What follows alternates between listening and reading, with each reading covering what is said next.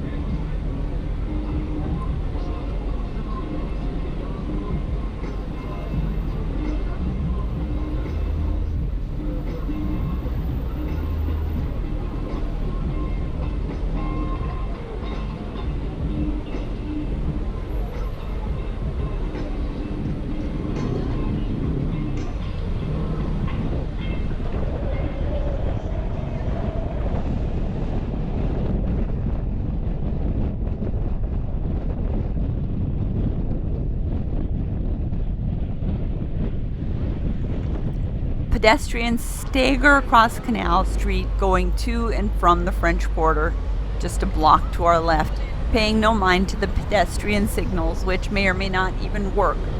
There's no such thing as jaywalking in New Orleans.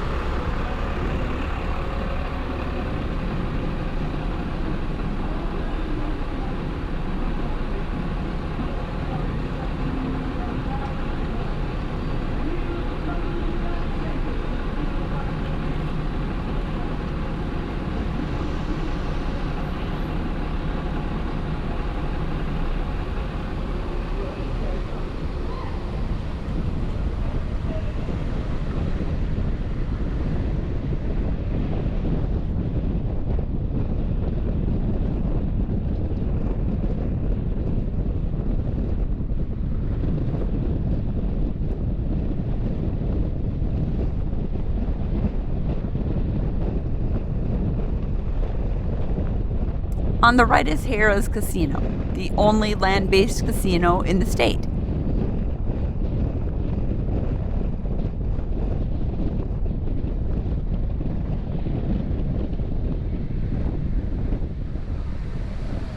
Ahead is the Canal Street ferry landing, which we covered in a video in January of 2018.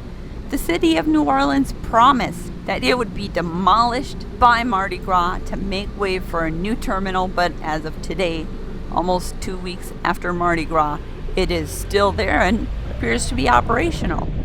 The old ITM building still sits on Convention Center Boulevard, almost completely dark and abandoned.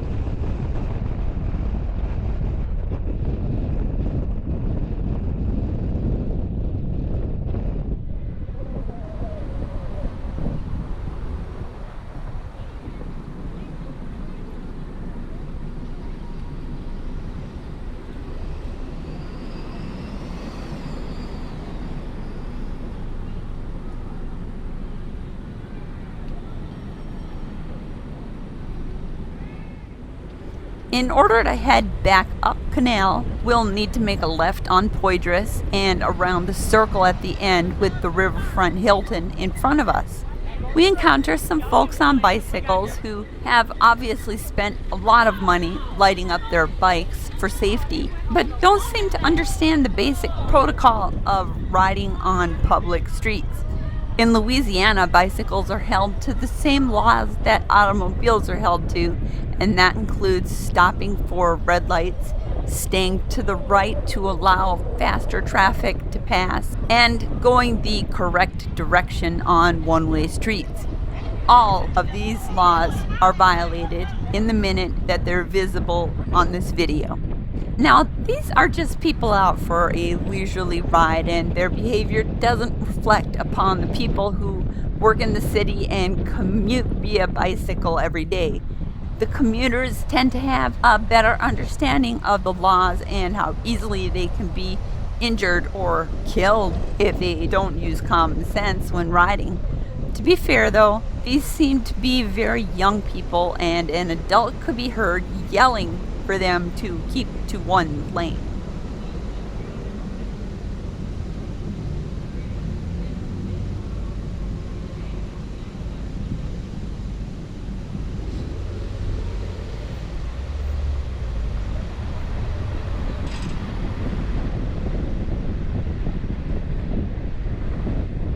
Heading back on Canal lakebound, the Canal Place Mall is on the right.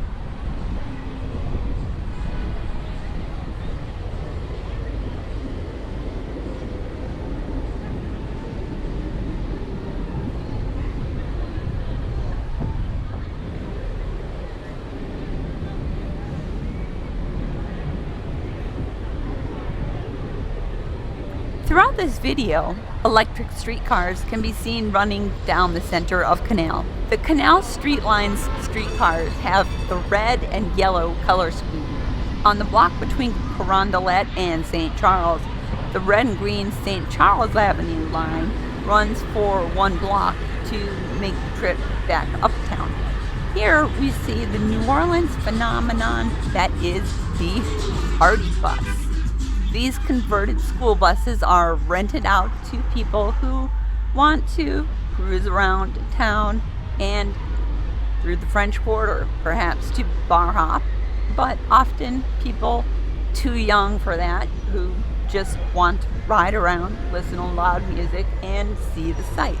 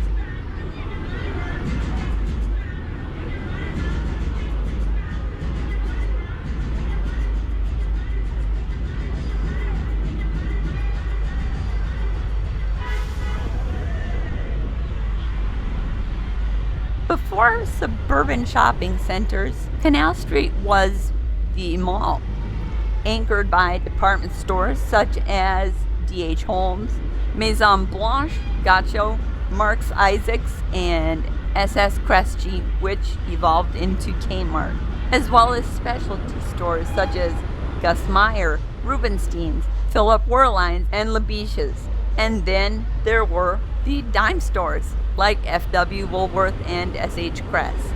Most of these stores closed by the early 2000s and can be seen in their repurposed state as hotels, apartment buildings, and other businesses. A close examination of these buildings and the sidewalks out front still show reminders of what once occupied these locations.